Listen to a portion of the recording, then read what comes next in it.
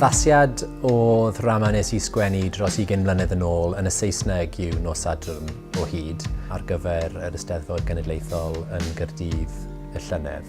Mae'n adrodd hanes dyn yn ei ugeiniau sydd yn byw yn y ddinas a sy'n chwilio am gariad. Mae'r ddrama'n sôn am berthynas hoyw, mae'n sôn am ddyn ifanc hoyw yn syrthio mewn cariad ac wedyn yn dod wyneb yn wyneb â cariad gwirioneddol am y tro cyntaf.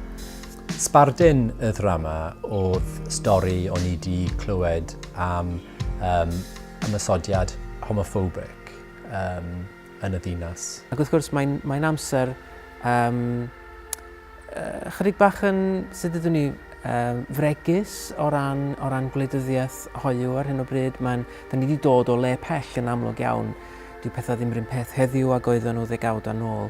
Dwi'n siŵr bod yn lawer iawn haws I bobl hoyw erbyn hyn ddod allan a byw bywyd yn agored fel pobl hoyw, wahanol I pan o'n i'n dod allan. A beth sy'n ddiddorol erbyn hyn wrth gwrs, achos fi wedi mynd ati I ail sgwennu'r y ddrama, mae cymdeithas di newid siwrt gymaint yn yr 20 mlynedd diwetha. Oedd dim ffonau symudol I gael pan o'n i'n byw yn Gaerdydd. Oedd dim apps I gael lle mae pobl yn gallu chwilio am gariad a ryw ac yn y blaen fel sy'n digwydd heddiw. Felly oedd y drafft cyntaf o'r ddrama yna yn adlewyrchiad o y mywyd I yn y ddinas, ond erbyn hyn dwi'n gobeithio I bod hi'n adlewyrchiad o be mae fel I ddyn sengl sy'n byw yn Gaerdydd a sy'n mentro i'r byd carwriaethol. Mae hi'n sioe hapus iawn ar un olwg.